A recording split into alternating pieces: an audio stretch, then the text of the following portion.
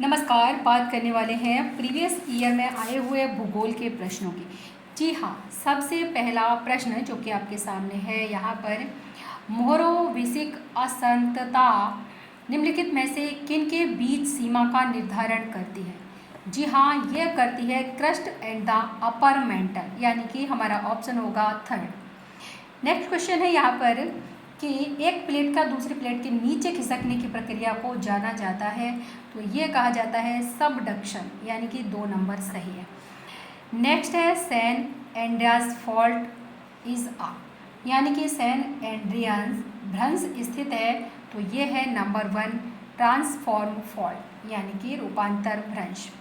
Next है question यहाँ पर 4th नंबर, निम्नलिखित में से कौन सा सरिताहीनी निक्षेप है? तो ये होता है केम वेदिका, यानी कि केम टेरेस, सेकंड ऑप्शन हमारा सही है। नेक्स्ट क्वेश्चन है यहाँ पर कि निम्नलिखित में से किस विद्वान ने प्रवाल भित्तियों से संबंधित अवतलन सिद्धांत दिया था? तो यह है डार्विन महोदय, यानी कि 4th नंबर ठीक है। वर्ष 1750 के बाद से वायुमंडल में हुई कार्बन डाइऑक्साइड की वृद्धि के संबंध में निम्नलिखित में से कौन सा प्रतिशत वर्ग सही है? तो ये है 30% से अधिक, यानी कि 4th हमारा ऑप्शन सही हो जाएगा।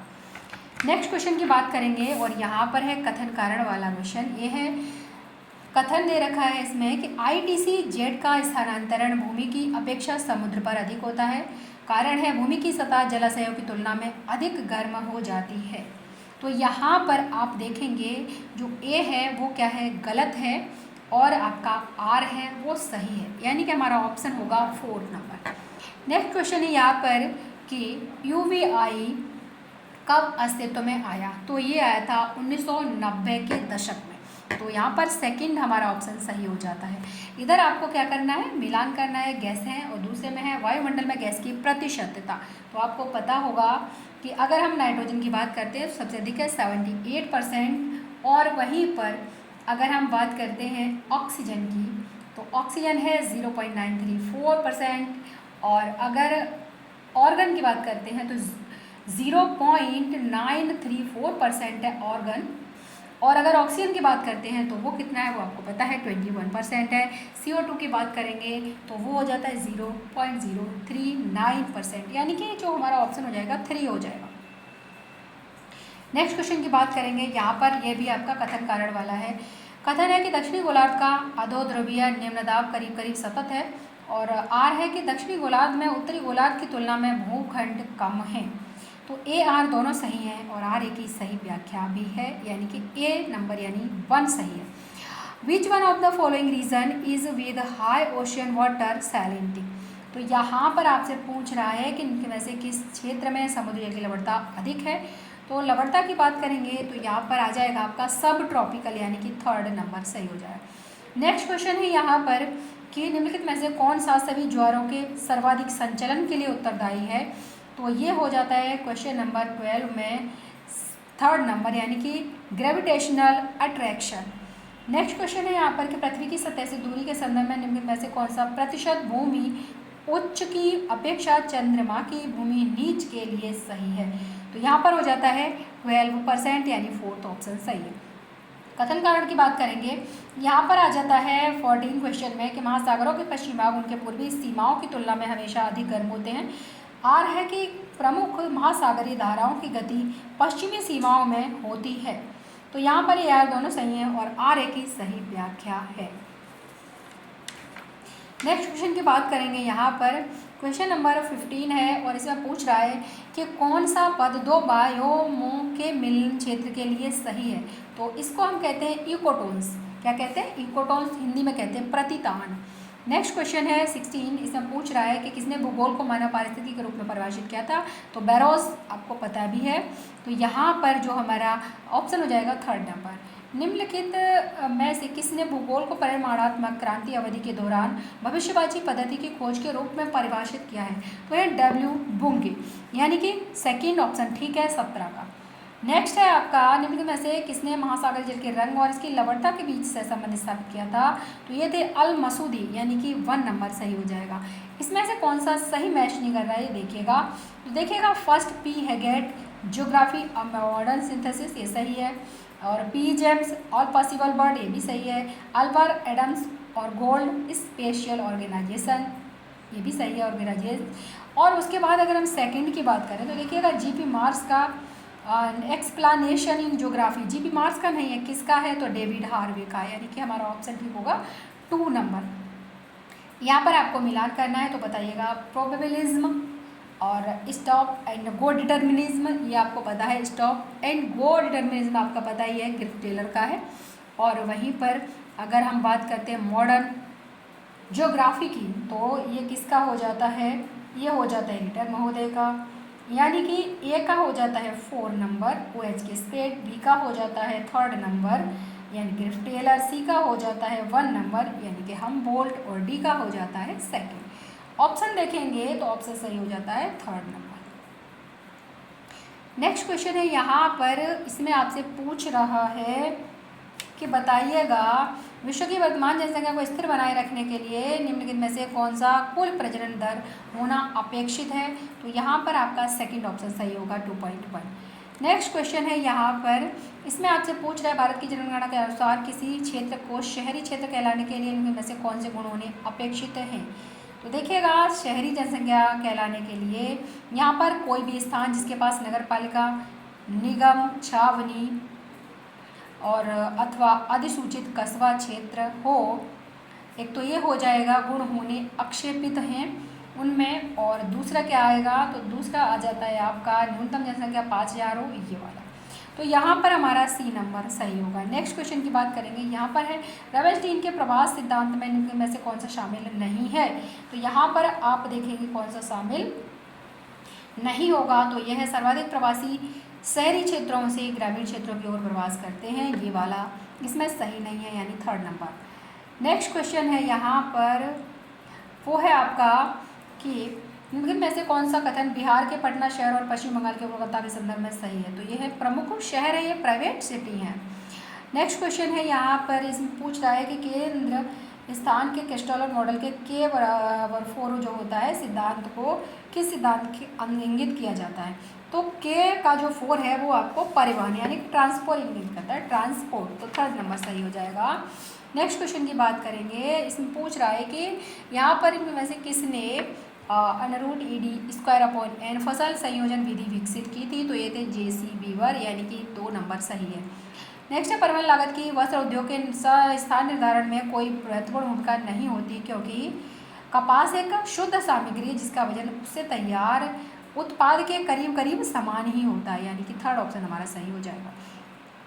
नेक्स्ट है इनमें से किस पेशे को द्वितीयक कार्यकलाप के रूप में वर्गीकृत किया जाता है, द्वितीयक में आ जाता है आपका बड़े यानी कि कारपेंटर, तो नंबर 1 सही हो जाएगा। निम्न में से कौन सा गहन निर्वाहक धान कृषि के अंतर्गत नहीं है, तो यहाँ पर हो जाता है आपका नील घाटी और डेल्टा, ये वाला, यानी कि 3rd ऑप्शन सही है। नेक्स्ट है यहाँ पर कि किस कार्य समूह को स्वर्ण कॉलर कर्मचारी के रूप में विहित किया जाता है, तो सरकारी और निजी दोनों सेवाओं के मुख्य कार्यकारी अधिकारी और अन्य शीर्ष प्रबंधन कार्यकारी होते हैं, तो वो होते हैं 3rd ऑप्शन सही है। नेक्स्ट क्वेश्चन है यहाँ पर हमारा कि किसके प्रकाशन के पश्चात राजनीतिक भूगोल विषय में वास स्थान की अवधारणा लोकप्रिय हुई थी, तो ये है पोल टेस्टेड ज्योग्राफिक, यानी कि 2nd ऑप्शन। नेक्स्ट है क्वेश्चन कि इनमें से किसने राजनीतिक भूगोल में हृदय भूमि सिद्धांत यानी कि मैकेंडर की बात कर रहा है, 3rd ऑप्शन सही हो जाएगा। नेक्स्ट है यहाँ पर कि मनुष्य के नस्ल को वर्गीकृत करने हेड प्रयोग में लाए जाने वाले सिरस सूचकांक को निम्न में से किस रूप में परिकलित किया जाता है, तो सिर की चौड़ाई और लंबाई के बीच अनुपात, यानी कि 3rd ऑप्शन यहाँ पर आपका सही हो जाता है। नेक्स्ट क्वेश्चन है यहाँ पर निम्न में से कौन सा कथन किसी राष्ट्र के बारे में सही नहीं है, इसके पास हमेशा एक सामाजिक अथवा सांस्कृतिक आधार होता है, ये वाला आपका सही नहीं है, यानी कि फर्स्ट इसमें सही नहीं होगा 34 में। नेक्स्ट क्वेश्चन है यहाँ पर निम्न में से किसने भू राजनीति शब्द, भू राजनीति के कौन थे, तो जेलेन, यानी कि 3rd ऑप्शन सही है आपका।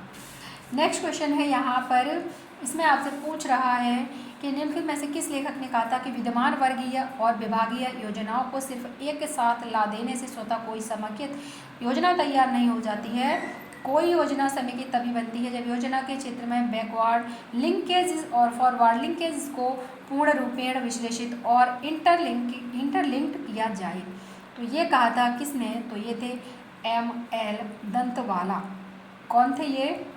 तो ये थे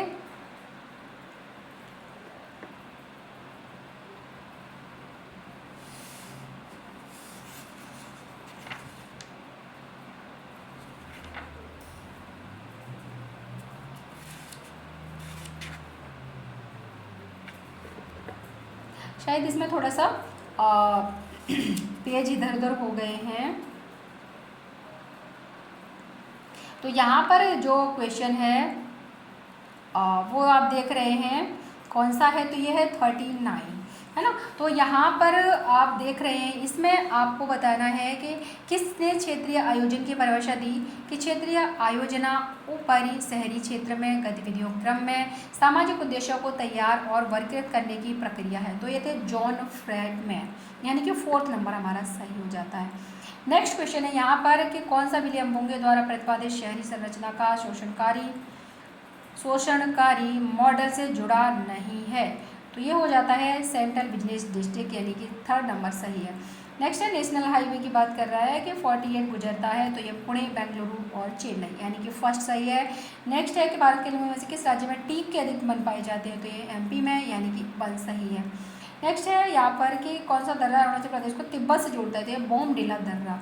बोमडिला कहाँ पर है? तो ये आपका 3rd नंबर पर आ गया, बोमडिला पासेस। नेक्स्ट है यहाँ पर कि निम्नलिखित में पूछ रहा है कि 1 की जनगणना और वर्ष 2011 की जनगणना के बीच भारत की जनसंख्या की वृद्धि के 10 की वृद्धि पूछ रहा है। 117.64% हो जाएगा, ये आपको ध्यान रखना है।